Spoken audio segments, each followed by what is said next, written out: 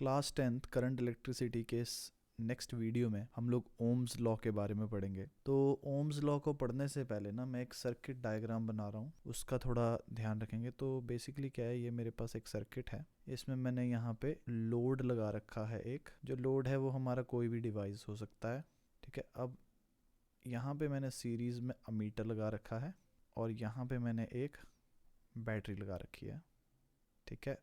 अब बेसिकली मैंने किया क्या, मैंने ना यहाँ इस सर्किट में पैरेलल में जो है ना वोल्ट मीटर लगा दिया एक। अब जो वोल्ट मीटर है वो पोटेंशियल को मेजर करेगा, जो हमारे पास अमीटर है वो करंट को मेजर करेगा। ये कुछ एक डिवाइसेस मैंने इसमें यूज़ किए हैं। अब बेसिकली है क्या कि मेरे पास जो वोल्टेज है ना, यानी कि जो बैटरी है वो सपोज़ करो वेरिएबल वोल्टेज है। वेरिएबल वोल्टेज का मतलब क्या है, मैं वोल्टेज को इंक्रीज़ और डिक्रीज़ कर सकता हूँ। तो बेसिकली मैंने क्या देखा कि जो मेरा करंट है वो वोल्टेज के डायरेक्टली प्रोपोर्शनल है। जैसे जैसे मैं वोल्टेज को इंक्रीज़ कर रहा हूँ, जो करंट है वो भी इंक्रीज़ हो रहा है। ये ग्राफ जो है वो इसी को शो कर रहा है। जो हमारे पास वर्टिकल एक्सिस है वो पोटेंशियल है, जो हॉरिजॉन्टल एक्सिस है वो करंट है, और ये जो स्लोप है ये हमें क्या बता रहा है कि जो पोटेंशियल है वो डायरेक्टली प्रोपोर्शनल है किसके, करंट के, क्योंकि स्ट्रेट लाइन स्लोप आ रहा है ना। अब प्रोपोर्शनैलिटी का साइन हटाने के लिए, ठीक है, प्रोपोर्शनैलिटी का साइन हटाने के लिए हम लोग कांस्टेंट यूज़ करते हैं। वो कांस्टेंट है आर, और इसको हम क्या कहते हैं, रेजिस्टेंस। रेजिस्टेंस बोलते हैं इसको। तो अगर मैं रेजिस्टेंस का फॉर्मूला निकालूँ यहाँ से, वो क्या बनेगा, V अपॉन आई। अब रेजिस्टेंस की यूनिट की बात करते हैं। तो जो रेजिस्टेंस की यूनिट होती है ना वो एक्चुअली में ओम होती है। ऐसा यूनिट जो है इसकी ओम है। ये एक जर्मन फिजिसिस्ट था हमारे पास, जॉर्ज साइमन ओम, उनको उनके ऑनर में रखी गई है ये यूनिट, ठीक है। अब हमारे पास अगर मैं फार्मूले को ओपन करूँ ना, जैसे 1 ओम रेजिस्टेंस कब होगा, 1 वोल्ट जब पोटेंशियल होगा और 1 एम्पेयर का करंट होगा। तो मैं इसकी डेफिनेशन क्या बना सकता हूँ कि ये वो रेजिस्टेंस है किसी कंडक्टर का जब उस कंडक्टर में से 1 एम्पेयर का करंट पास होगा और उस कंडक्टर के अक्रॉस जो पोटेंशियल होगा वो 1 वोल्ट होगा। तो ये मेरे पास ओम की डेफिनेशन है। अच्छा, ओम की डेफिनेशन के बाद जो अगली चीज़ आती है वो हमारे पास है कि हम रेजिस्टेंस को डिटेल में पढ़ें। तो रेजिस्टेंस होता क्या है एक्चुअली में, क्या है कि सपोज़ करो ये हमारे पास ना कंडक्टर है। अब जो कंडक्टर है उसके अक्रॉस जैसे ही हमने ना पोटेंशियल अप्लाई किया तो इलेक्ट्रॉन जो होंगे वो नेगेटिव से पॉजिटिव की तरफ को फ्लो करेंगे। अब जब ये फ्लो हो रहा है ना इलेक्ट्रॉन का, तो इसके दौरान क्या होगा, अब रास्ते में तो एटम्स भी हैं ना। अब इलेक्ट्रॉन ऐसा तो नहीं है कि पूरे के पूरे कंडक्टर में सिर्फ इलेक्ट्रॉन इलेक्ट्रॉन ही है, बीच में हमारे पास एटम भी हैं। ये इलेक्ट्रॉन जो होते हैं ये आपस में भी और एटम्स के साथ भी ना कोलाइड करते हैं। अब कोलाइड करने की वजह से क्या होता है, रेजिस्टेंस क्रिएट होता है। तो रेजिस्टेंस बेसिकली है क्या, it is opposition that is caused to flow of current inside an conductor. तो जैसे कि डेफिनेशन में लिखा हुआ ना, the opposition cause to flow of current is called resistance. इसकी जो यूनिट होती है वो ओम है, और इसको हम लोग सिग्मा के सिंबल से डिनोट करते हैं, ठीक है। और ये प्रॉपर्टी होती है किसी वायर की। तो कंडक्टर जो होते हैं उनका रेजिस्टेंस लो होता है, इंसुलेटर का रेजिस्टेंस हाई होता है। अब सपोज करो ये एक कंडक्टर है और इसकी जो लेंथ थी, ठीक है, जो टोटल लेंथ है इसकी वो है हमारे पास L। जो एरिया ऑफ क्रॉस सेक्शन है ना इसका, कितनी तार मोटी है, वो है A। तो area of cross section A है और लेंथ जो है हमारे पास वो L है। तो इससे क्या निकलता है, जो रेजिस्टेंस है वो डायरेक्टली प्रोपोर्शनल होता है लेंथ के एंड इन्वर्सली प्रोपोर्शनल होता है एरिया ऑफ क्रॉस सेक्शन के। जब मैं इन दोनों के दोनों इक्वेशन को कंबाइन कर दूं तो मेरे पास फॉर्मूला बनता है resistance is proportional to L upon A। अब ये फॉर्मूला है मेरे पास प्रोपोर्शनैलिटी का साइन हटाने के लिए। इस साइन को हटाने के लिए हम लोग क्या करते हैं, इस फॉर्मूले में रो ऐड करते हैं जो कि क्या है, स्पेसिफिक रेजिस्टेंस है। तो इसको हम लोग रेजिस्टिविटी विटी भी बोलते हैं, ठीक है। इसको हम लोग स्पेसिफिक रेजिस्टेंस भी बोलते हैं। तो रेजिस्टेंस है, स्पेसिफिक रेजिस्टिविटी है, तो इसको हम ये सब चीज़ें बोल सकते हैं। अब देखो, सपोज करो इसकी डेफिनेशन क्या होगी, रेजिस्टिविटी की क्या डेफिनेशन होगी। अब रेजिस्टेंस सपोज करो आर है, रो। अब मैं एल को 1 मीटर मान रहा हूँ और मैं एरिया ऑफ क्रॉस सेक्शन को 1 मीटर स्क्वायर मान रहा हूँ। अगर मैं इन दोनों की वैल्यू को 1 मीटर और 1 मीटर स्क्वायर पुट करूँगा तो मेरे पास आर किसके इक्वल हो जाएगा, रो के। तो स्पेसिफिक रेजिस्टेंस की क्या डेफिनेशन निकलती है, this is resistance of wire of unit length. Unit length का मतलब क्या हुआ, 1 metre, and unit cross section, ठीक है। तो this is resistance of wire of unit length and unit cross section at constant temperature. At constant temperature, temperature constant रहना चाहिए। तो रेजिस्टिविटी किसी कंडक्टर का रेजिस्टेंस है जब उसका टेम्परेचर कांस्टेंट हो और उसकी लेंथ भी 1 मीटर की हो और एरिया ऑफ क्रॉस सेक्शन भी कितना हो, 1 मीटर स्क्वायर हो। तो इस बात का ध्यान रखना। तो ये हमारे पास रेजिस्टेंस और रेजिस्टिविटी के बारे में था। नेक्स्ट हम पढ़ते हैं इसमें कि बेसिकली जो ये स्पेसिफिक रेजिस्टेंस है इसकी यूनिट क्या होती है, ये सब चीज़ें पढ़ते हैं। तो हमें पता है resistance is equal to rho L upon A. तो रो जो होगा, जो रेजिस्टिविटी, स्पेसिफिक रेजिस्टिविटी को हम लोग रो से डिनोट कर रहे हैं, ठीक है। वो हो जाएगा R into area into L. जो एरिया है उसकी जो यूनिट होती है वो मीटर स्क्वायर होती है। रेजिस्टेंस की यूनिट होती है ओम।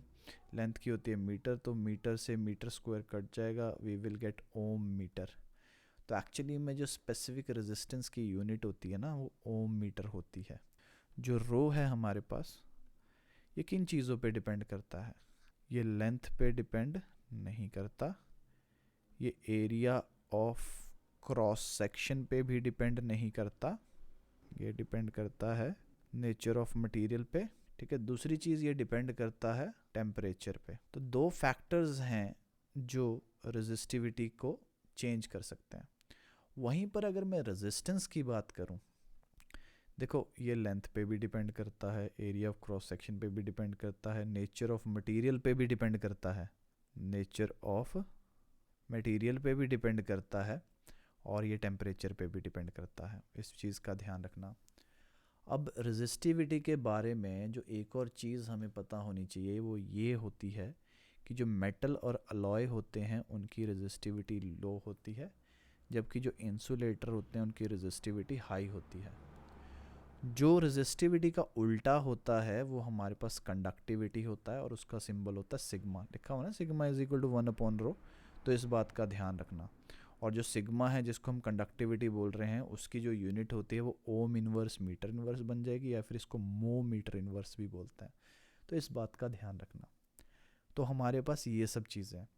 अब रियोस्टैट क्या होता है, तो रियोस्टैट ना एक ऐसा डिवाइस है जिससे हम करंट का मैग्नीट्यूड चेंज कर सकते हैं रेजिस्टेंस को चेंज करके। तो बेसिकली रियोस्टैट में हम करंट के मैग्नीट्यूड को चेंज कर रहे हैं रेजिस्टेंस को चेंज करके, इसको सीरीज़ में कनेक्ट करते हैं सर्किट में, और ये पोटेंशियल डिवाइडर की तरह भी यूज़ होता है सर्किट में। अब रेजिस्टेंस और रेजिस्टिविटी के बारे में हमने इतना पढ़ लिया और हमने ओम्स लॉ भी पढ़ा। तो ओम्स लॉ क्या कहता था कि पोटेंशियल जो होता है वो डायरेक्टली प्रोपोर्शनल होता है करंट के। तो ग्राफ की बात कर लेते हैं। तो बेसिकली अगर मेरे पास ये एक्स एक्सिस है, ये वाई एक्सिस है, एक्स एक्सिस के अलॉन्ग मैं करंट ले रहा हूँ, वाई एक्सिस के अलॉन्ग मैं पोटेंशियल ले रहा हूँ, तो ग्राफ जो है वो स्ट्रेट लाइन बनेगा। अब ये स्ट्रेट लाइन जो है वो हमारे पास स्लोप है, और हमें पता है स्लोप किससे निकलता है, पोटेंशियल अपॉन करंट से। लेकिन पोटेंशियल अपॉन करंट क्या होता है, रेजिस्टेंस। तो तुम्हारे पास जो पोटेंशियल वर्सेस करंट ग्राफ होगा, उस ग्राफ का जो स्लोप होगा वो हमें क्या बताएगा, रेजिस्टेंस बताएगा। लेकिन सपोज अगर हमारे पास हम एक्सिस चेंज कर दें, एक्स एक्सिस है, वाई एक्सिस है, एक्स एक्सिस के अलॉन्ग हम ले रहे हैं पोटेंशियल, वाई एक्सिस के अलॉन्ग ले रहे हैं हम करंट। तो इस कंडीशन में जो स्लोप होगा वो एक्चुअली में क्या होगा, आई अपॉन वी होगा। इसका मतलब ये 1/r होगा। तो इस चीज़ का ध्यान रखना। बहुत सारे बच्चे जो है ना वो स्लोप में गड़बड़ी करके आते हैं पेपर में। तो किसी भी क्वेश्चन का आंसर देने से पहले हमें क्या करना पड़ेगा, हमें ये ना कोऑर्डिनेट चेक करने पड़ेंगे कि ये कोऑर्डिनेट क्या दे रखे हैं, उसके अकॉर्डिंग हमें करना पड़ेगा। अच्छा, अब क्योंकि सपोज़ करो ये मेरे पास ग्राफ है, मैं फिर से वही पोटेंशियल और करंट ग्राफ ले रहा हूँ। तो अगर मैं इसको ऐसे ड्रॉ कर रहा हूँ, सपोज़ करो यहाँ पे वैल्यू थी आई और यहाँ पे वैल्यू है हमारे पास वी, और ये मेरे पास एंगल दे रखा हो थीटा। अब देखो टैन थीटा तो हमें पता ना, हमने पढ़ा हुआ है ट्रिग्नोमेट्री में, परपेंडिकुलर अपॉन बेस होता है। परपेंडिकुलर कौन है, v, बेस कौन है, i, तो v upon I is equal to R. तो ये भी इम्पॉर्टेंट चीज़ है कि अगर हम पोटेंशियल वर्सेस करंट ग्राफ का स्लोप लें तो वो हमारे पास क्या होता है, रेजिस्टेंस होता है।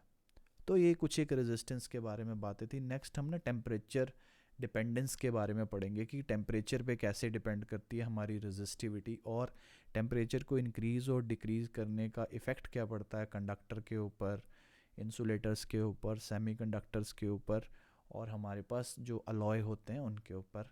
तो कंडक्टर की जो रेजिस्टिविटी है ना वो लीनियरली इंक्रीज़ करती है। देखो देखने से पता चल रहा है ना, यहाँ पे स्ट्रेट लाइन ग्राफ बन रहा है। तो जैसे जैसे टेम्परेचर बढ़ाएंगे रेजिस्टिविटी इंक्रीज़ कर जाएगी। सेमीकंडक्टर के केस में जैसे जैसे हम टेम्परेचर बढ़ा रहे हैं रेजिस्टिविटी डिक्रीज़ कर रही है। तो सेमीकंडक्टर को अगर हम हीट करें ना तो उसका जो रेजिस्टिविटी होती है वो कम हो जाती है, वो कंडक्टर की तरह बिहेव करने लग जाते हैं। अगर मैं इंसुलेटर्स की बात करूं तो इंसुलेटर्स के केस में क्या होता है, जो हमारे पास रेजिस्टिविटी होती है वो इंक्रीज़ करती है जैसे जैसे टेम्परेचर जो होगा वो इंक्रीज़ करेगा। जो इलेक्ट्रोलाइटिक सॉल्यूशंस होते हैं जैसे हमारे पास NaCl, KCl, इनके सॉल्यूशन की जो रेजिस्टिविटी होती है वो डिक्रीज़ करती है जैसे जैसे टेम्परेचर इंक्रीज़ करेगा। जो नेक्स्ट पॉइंट है वो बहुत ही ज़्यादा इम्पॉर्टेंट है। नेक्स्ट पॉइंट के अकॉर्डिंग रेजिस्टिविटी जो होती है अलॉय की वो इंक्रीज़ करती है विद इंक्रीज़ इन टेम्परेचर, ठीक है। लेकिन फिर से सुनो, रेजिस्टिविटी इंक्रीज़ करेगी but it is much smaller than pure metal. तो प्योर मेटल के कंपैरेटिवली जो अलॉय होते हैं उनकी रेजिस्टिविटी धीरे धीरे इंक्रीज़ करती है। तो इसका मतलब इन पे जो टेम्परेचर का इफ़ेक्ट है मेटल के कंपैरेटिवली वो नेग्लिजिबल है। तो इसीलिए हम अलॉय को क्या चीज़ बनाने के लिए यूज़ करते हैं, स्टैंडर्ड रेजिस्टेंस बॉक्स, रियोस्टैट बनाने के लिए यूज़ करते हैं। तो हम लोग क्या करते हैं, जो अलॉय हैं उनकी रेजिस्टिविटी, ठीक है, टेम्परेचर के साथ चेंजेस नेग्लिजिबली यानी कि बिल्कुल कम चेंज होगी। सो हीटिंग डिवाइसेस, फिर हमारे पास ये जो रेजिस्टेंस बनाने के लिए और हमारे पास रियोस्टैट बनाने के लिए हम लोग किसको यूज़ करते हैं, अलॉय को यूज़ करते हैं। तो पेपर में अगर क्वेश्चन आएगा तो तुम ये बोलोगे कि जो अलॉय होते हैं उनकी जो रेजिस्टिविटी होती है वो टेम्परेचर के साथ चेंज नहीं होती, इस वजह से हम इन सब हीटिंग डिवाइसेस में अलॉय को यूज़ करते हैं। अब जो बेसिकली जो अलॉय यूज़ करते हैं कॉन्स्टेंटिन और मैग्नीन नाम के अलॉय हैं जिनको हम यूज़ करते हैं। तो ये थी हमारे पास effect of temperature on resistance and resistivity. कुछ एक और चीज़ों के बारे में पढ़ते हैं, जैसे वायर्स इन इलेक्ट्रिकल अप्लाइंसेस है। अभी अभी जो मैंने डिस्कस किया कि जो अलॉय होते हैं उनकी रेजिस्टिविटी जो होती है वो ज़्यादा होती है प्योर मेटल के कंपैरेटिवली, तो उनमें जो वेरिएशन होती है ना रेजिस्टिविटी की टेम्परेचर के साथ वो कम होती है, ये इजीली बर्न नहीं करते, ठीक है। तो इसीलिए हम उनको हीटिंग डिवाइसेस जैसे इलेक्ट्रिक आयरन, टोस्टर, इन सब में यूज़ करते हैं एज़ कम्पेयर टू कॉपर और एल्यूमिनियम की वायर से। सेमीकंडक्टर की अगर मैं बात करूँ तो जो मटेरियल, ऐसे मटेरियल जिनकी रेजिस्टिविटी इंसुलेटर और कंडक्टर के बीच में एग्जिस्ट करती है उनको हम सेमीकंडक्टर बोलते हैं। इनको हम ना इंटीग्रेटेड सर्किट बनाने के लिए यूज़ करते हैं, जो कंप्यूटर्स वगैरह में आईसी चिप्स होती है ना उनमें यूज़ करते हैं इसको हम, ठीक है। सुपर कंडक्टर की अगर मैं बात करूँ तो डच फिजिसिस्ट था H.K. ओन्स, अपना उन्होंने स्टडी किया था कि जो लो टेम्परेचर पे ना कुछ एक मटेरियल होते हैं वो अपनी रेजिस्टिविटी को कम्प्लीटली लूज़ कर देते हैं, यानी कि कोई रेजिस्टिविटी रह ही नहीं जाएगी। तो ऐसे मटेरियल जो लो टेम्परेचर पे अपनी रेजिस्टिविटी को कम्प्लीटली लूज़ कर देते हैं उसको सुपर कंडक्टर बोलते हैं। और ये जो फिनोमिना है रेजिस्टिविटी के लूज़ होने का किसी पर्टिकुलर टेम्परेचर के नीचे, उसको सुपर कंडक्टिविटी बोलते हैं। ठीक है, तो वो टेम्परेचर जिसके नीचे कोई भी मटेरियल जो है अपना सुपर कंडक्टर की तरह बिहेव करेगा ना, उसको हम लोग क्रिटिकल टेम्परेचर बोलते हैं। तो बेसिकली जो साइंटिस्ट है वो 120 केल्विन या फिर -150 डिग्री सेल्सियस पे ना अपना सुपर कंडक्टिविटी को अचीव कर सकते हैं। लेकिन जैसे हम सुपर कंडक्टर को रूम टेम्परेचर पे लेकर आते हैं, उनकी जो कंडक्शन होती है वो लूज़ हो जाती है और क्या बोलते हैं फिर वो नॉर्मल कंडक्टर की तरह बिहेव करते हैं। तो ये कुछ एक चीज़ें थी, टेम्परेचर का रेजिस्टेंस और रेजिस्टिविटी पे इफ़ेक्ट था, उसकी वजह से अलॉय क्यों इतने इंपॉर्टेंट हैं, सुपर कंडक्टर क्या होते हैं, और सेमीकंडक्टर जो हैं वो अपनी कंडक्टिविटी को कैसे चेंज करते हैं टेम्परेचर के साथ, हमने वो पढ़ा। तो नेक्स्ट कुछ एक इन टेक्स्ट क्वेश्चन करते हैं हम लोग। तो एनसीईआरटी के पेज नंबर 209 पे हैं ये question, on what factor does the resistance of a conductor depends. तो ऑब्वियस सी बात है, ये हमने पढ़ा था, जो रेजिस्टेंस होता है वो डायरेक्टली प्रोपोर्शनल होता है लेंथ के, इन्वर्सली प्रोपोर्शनल होता है एरिया ऑफ क्रॉस सेक्शन के। मटेरियल ऑफ कंडक्टर के ऊपर भी वो डिपेंड करता है, यानी कि रेजिस्टिविटी पे डिपेंड करता है। जो रेजिस्टेंस होता है वो टेम्परेचर पे भी डिपेंड करता है। तो ये सारी चीज़ें जो होती हैं वो रेजिस्टेंस को इफेक्ट पहुंचाती हैं। Will current flow more easily through a thick wire और a thin wire of same material when connected to same source, why. तो जैसा कि हम जानते हैं जो रेजिस्टेंस होता है वो इन्वर्सली प्रोपोर्शनल होता है ना एरिया ऑफ क्रॉस सेक्शन के। तो जो थिक वायर होगी, थिक वायर का जो एरिया ऑफ क्रॉस सेक्शन होगा वो ज़्यादा होगा तो उसका रेजिस्टेंस कम होगा। वहीं पर जो थिन वायर होगी उसका जो एरिया ऑफ क्रॉस सेक्शन होगा वो कम होगा तो रेजिस्टेंस जो होगा वो ज़्यादा होगा। ठीक है, तो सीधी सी बात है, जो हमारे पास थिक वायर है उसमें से जो करंट होगा वो ईजिली पास हो जाएगा। अगला क्वेश्चन है, let the resistance of an electrical component remain constant while potential difference across two end of component decrease to half its former value, what change will occur in the current through it। तो basically resistance को constant रखना है, V/I मेरे पास formula है। अगर मैं फॉर्मूले में पोटेंशियल को हाफ करूँगा तो मेरे पास ऑब्वियस ही बात है जो करंट होगा पोटेंशियल में वो भी मुझे हाफ करना पड़ेगा। तो ये होगा, तभी मेरे पास जो रेजिस्टेंस की वैल्यू रहेगी वो कांस्टेंट रहेगी। तो अगर मैं पोटेंशियल को हाफ कर रहा हूँ तो मुझे करंट को भी हाफ करना पड़ेगा, इस बात का मुझे ध्यान रखना पड़ेगा इसमें। जो नेक्स्ट क्वेश्चन है हमारे पास, why are coils of electric toaster and electric iron made of an alloy rather than pure metal. जैसा कि हम जानते हैं जो अलॉय होता है उसकी रेजिस्टिविटी हायर होती है प्योर मेटल से, और हाई टेम्परेचर का भी ना अलॉय की रेजिस्टिविटी के ऊपर इफ़ेक्ट नहीं पड़ता, ना ही वो मेल्ट करते हैं, इसीलिए हम उनको हीटिंग डिवाइसेस बनाने के लिए यूज़ करते हैं। इसके अलावा जो नेक्स्ट क्वेश्चन था हमारे पास, what among iron and mercury is better conductor. तो आयरन और मरकरी में से अच्छा कंडक्टर कौन सा है। ऑब्वियस ही बात है, अगर मैं स्टेबल में देखूं तो हमारे पास जो आयरन है उसकी जो रेजिस्टिविटी है वो है 10 × 10⁻⁻⁸ और जो मरकरी है उसकी रेजिस्टिविटी है 94 × 10⁻⁻8। तो ऑब्वियस ही बात है जो रेजिस्टिविटी है मरकरी की वो ज़्यादा है ना आयरन से, तो इसका मतलब जो आयरन होगा वो अच्छा कंडक्टर होगा। सेकंड है हमारे पास, which material is best conductor. कौन सा मटेरियल बेस्ट कंडक्टर होगा। हम देख सकते हैं जो सिल्वर है उसकी रेजिस्टिविटी सबसे कम है तो वो सबसे अच्छा कंडक्टर होगा। तो ये कुछ एक क्वेश्चन थे हमारे पास, इंटेक्स क्वेश्चन जो हमने किए। जो आने वाली नेक्स्ट वीडियो होगी उसमें हम लोग रेजिस्टेंस के कॉम्बिनेशंस के बारे में पढ़ेंगे। सीरीज़ कॉम्बिनेशन क्या होता है, पैरेलल कॉम्बिनेशन क्या होता है, उसमें किस चीज़ों का ध्यान रखना होता है, उनके रिगार्डिंग कुछ एक न्यूमेरिकल करेंगे। तो रेगुलर अपडेटेड वीडियोस के लिए आप ये चैनल सब्सक्राइब कर सकते हो।